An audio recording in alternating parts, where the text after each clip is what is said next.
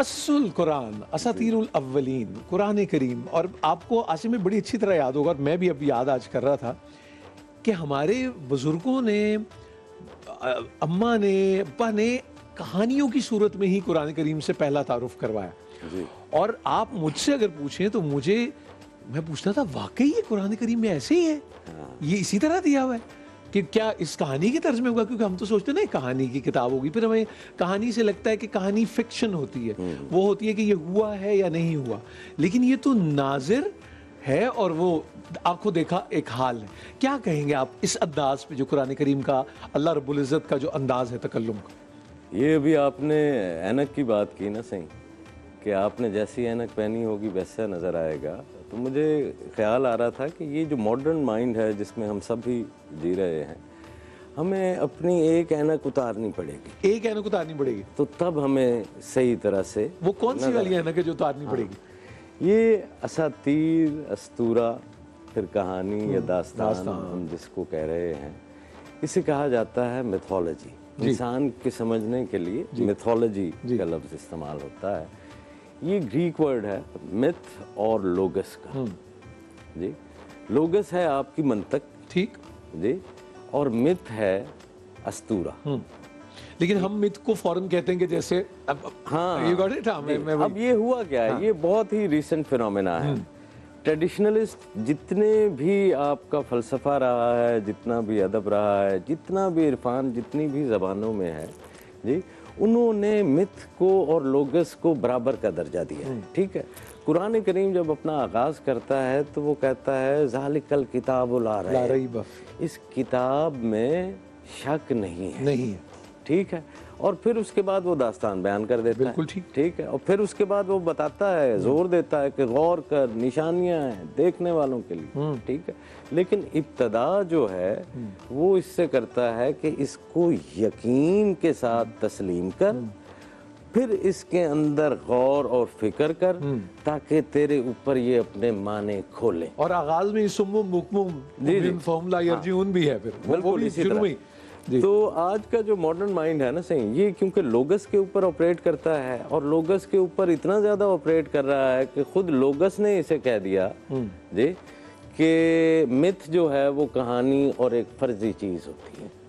ठीक है, मिथ या अस्तूरा हम जिसे कहते हैं, ये एक वो सच है जी जो इन अ सेंस कभी हुआ होगा। ठीक है, लेकिन वो इस वक्त भी हो रहा होता है। ठीक जी, और इसको पढ़ने वाला अपनी शऊरी इस्तबदाद, अपने कॉन्शियस लेवल पर जाकर इसके अंदर से अपना राह अमल ढूंढता है। ये वो चीज़ें होती हैं जिनसे आपने प्रैक्टिकली अपने टाइम में अपना हल ढूंढना होता है। ठीक है, अब ये है कलाम अल्लाह। कलाम के अंदर जो और कलाम अल्लाह का मतलब अल्लाह का कलाम। अल्लाह का कलाम। ठीक है, कलाम अल्लाह, कलाम स्पीच, जब भी कोई कलाम करेगा तो उसके लिए वो जो सामे है उसकी सतह पर जाकर उसका इस्तबदाद देखते हुए बयान करना पड़ेगा। बिल्कुल ठीक है, बिल्कुल ठीक। तो ये अल्लाह का कलाम है, लेकिन इंसान की सतह के ऊपर बयान किया गया है।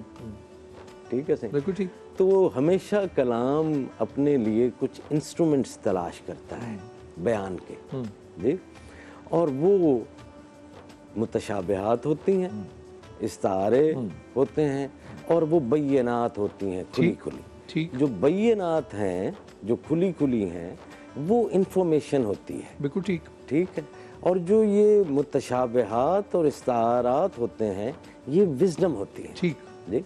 तो अब कुरान करीम के ही असलूब को अगर हम देखते हैं तो उसमें बय्यनात हैं, वो इन्फॉर्मेशन है, खुली खुली हैं, सीधी हैं, सब के लिए जो है वो उसी तरह की हैं।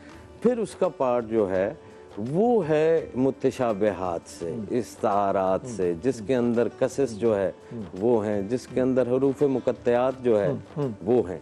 तो ये सारे के सारे, जिसे वो अंग्रेजी में कहते हैं ना एलेगोरी या फेबल्स जो है वो होती हैं, और ये अपने माने जो है वो खोलती हैं। और अगर मैं आपसे ये कहूं कि जो अंदाज है वो बिल्कुल ऐसा है कि वैसे इस्तगासा पेश किया जाता है, जी जी जी जी, बिल्कुल पूरा एक केस जी, है। और ये फिर जो कुरान करीम की आयत कारी हसीब साहब कर रहे थे और जी। आपने जो है बनी इसराइल का जो किस्सा बयान किया है, तो हजूर वाला इल्म जो होता है ना, ये अलामत से होता है, ठीक है। और इससे बड़ा तिलिस्म होशरुबा क्या हो कि खुद आपके अंदर भी अलामतें हैं और खुद आपके इर्द गिर्द भी अलामतें हैं जी। अनफुस के अंदर भी बिल्कुल हैं, ठीक, बिल्कुल जी। ठीक, बिल्कुल ठीक। तो अब ढूंढना है सही, तो ये अलामतें किसकी हैं, ठीक। जी।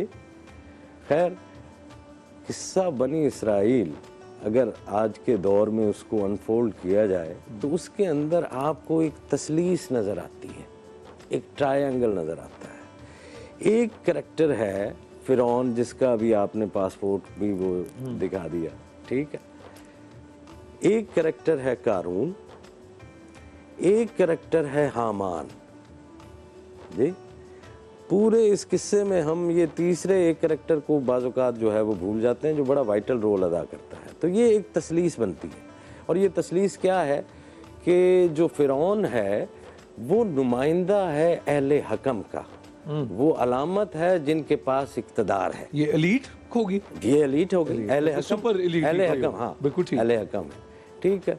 फिर वो कारून है जो कि सरमायादार का नुमाइंदा है, जिसका खजाना हमेशा हम कहते हैं जिसका खजाना जो है वो भरा हुआ है। ये जो है वो जिनके जो इकोनॉमी को होल्ड किए हुए, बिल्कुल ठीक, ठीक है, ये है। तीसरी तरफ हामान है। हामान जो है वो मजहबी पेशवा है जो कि अहले हकम के साथ जो है वो उनके मफादात की क्लर्जी, मतलब खातिर जिसे जो हम है, कहेंगे। जो क्लर्जी है, जो क्लर्जी, मजहबी ठीक है। पेशवा है, ठीक है। तो ये अलामत जो है वो बनती है कि किसी, ये इज्तमाई सतह के ऊपर हम देख रहे हैं ना, कि किसी भी ऐसे मुआशरे में जहाँ पर ये ट्रायंगल बन जाए और उनके ज़िले आपस में मिल रहे हों उस तसलीस के और मुसल्लस मफादात भी मिल रहे ये हैं, उन यही तो मफादात होते यही हैं। तो मफादात होते हैं। तो जब इनके इंटरेस्ट, इन तीन तबकात के इंटरेस्ट जो है वो मिल जाएं तो वो कौमों की रगे हयात से खून चूस लेता है, अल्लाह अकबर कबीरा, जी। और उस इंटरेस्ट का तोड़ना उस कौम के लिए लाजिम हो जाता है अपनी बका के लिए, जी। और वो जो इंटरेस्ट और सूद है वो भी इसी की एक एक्सटेंशन ही है। ये इसी तो अब आप उसको मुसल्लस खोलते, का, हाँ, वो अब तो आप खोलते सोच लें। चले जाए ना जी बिल्कुल ठीक, बिल्कुल ठीक। अस्तूरा तो है जी, ही यही, अस्तूरा तो है ही कि आपने अपनी इस्तबदाद के मुताबिक उसको जो है वो खोलना है, ठीक है। और ये जो भी है ये इस वक्त भी मौजूद है, अगर आप उसे देखना चाहेंगे, ठीक है। अब आप आ जाइए कि हज़रत यूसुफ अलैहिस्सलाम का किस्सा है, जी, ठीक है। और उसमें से क्या अलामत सामने आती है, जी। बिट्रेयल नज़र आता है, इनसिंसियरिटी नज़र आती है, ठीक है। वालिद की लॉन्गिंग नज़र आती है, ठीक, जी। और वालिद की बात और को ना मानने का भी एक सूरत वो फिर नजर आता है। एक और मेटाफिजिकल पहलू ये नजर आता है कि बेटे की कमीज खोलने से बसारत आ जाती जी है। जी जी जी, मेटाफिजिकल, सुभान अल्लाह, जी। बिल्कुल ठीक। जिसे हम जब समझ नहीं आते तो हम कहते हैं ये तो मौजज़ा हो गया ना, मौजज़ा हो गया, हाँ। जी। फिर हजरत यूनुस अलैहिस्सलाम क्या अलामत क्या नजर आती है कि आपने रीएनालाइज करना है अपने आप को। आप जो अपनी ही अकल के ऊपर टिक गए थे कि यही हकीकत है, जी, तो नहीं, आपने इन्नी कुन्तुम मिनज़ ज़ालिमीन, मैं जुल्म कर बैठा, जाहिल हो गया, जी। तो अपने उसको रीएनालाइज करना है, इम्प्रोवाइज करना है, जी। ये उसके अंदर से आ जाता और है। वो एवेटार वगैरह तो अब की वो सारी हाँ, कहानी ये है, क्या दास्तान है कि मछली के पेट में, मछली यानी के हम पेट जब बच्चे के तौर पे सुनते थे हाँ। तो वो यही ज़हन में आता था कि कैसे और क्यों कि कर मछली के पेट के अंदर जो है। तो अब आप इसको खोलेंगे तो आप असहाबे कहाफ और फिर हीलिंग भी उनकी जो होना, वो कद्दू से जो वो जी, जी, सारा ही वो बेल और वो सारे हाँ। शिफा, तो ये अब आगे ये असहाबे कहाफ को देख लें, जी, असहाब अल्लाह जी। दादल का, ये वो फ्यूचर साइंसेज इसको जी, खोलेंगी, जी। ये जो अब क्वांटम फिजिक्स जो है वो आ रही है, आ चुकी है, बल्कि ये खोलेंगे कि यार ये टाइम एंड स्पेस से बाहर इंसान कैसे जो है वो चला जाता है, जी। और वो कह रहे हैं कि हमने इतने साल थपथपाया हाँ। और करवट भी दिलाते रहे और करवट भी सूरज से दिलाते कहा कि जरा पहलू जी, जी। बचाकर निकल। तो ये वक्त में से भी इंसान और कुत्ता आगे पाँव फैलाए जो है वो जी। और फिर ये जामे जमशेद जो है वो देखें कि एक गोला सा है और उसके अंदर वो पूरी दुनिया देखता है जी। तो ये आपके हाथ में जो गोला तो नहीं गूगल सा है। द क्रिस्टल मेज या जो भी, हाँ बिल्कुल ठीक जी बिल्कुल ठीक। तो आप इसके अंदर सारी दुनिया देख ही तो जो है वो रहे हैं ना सही।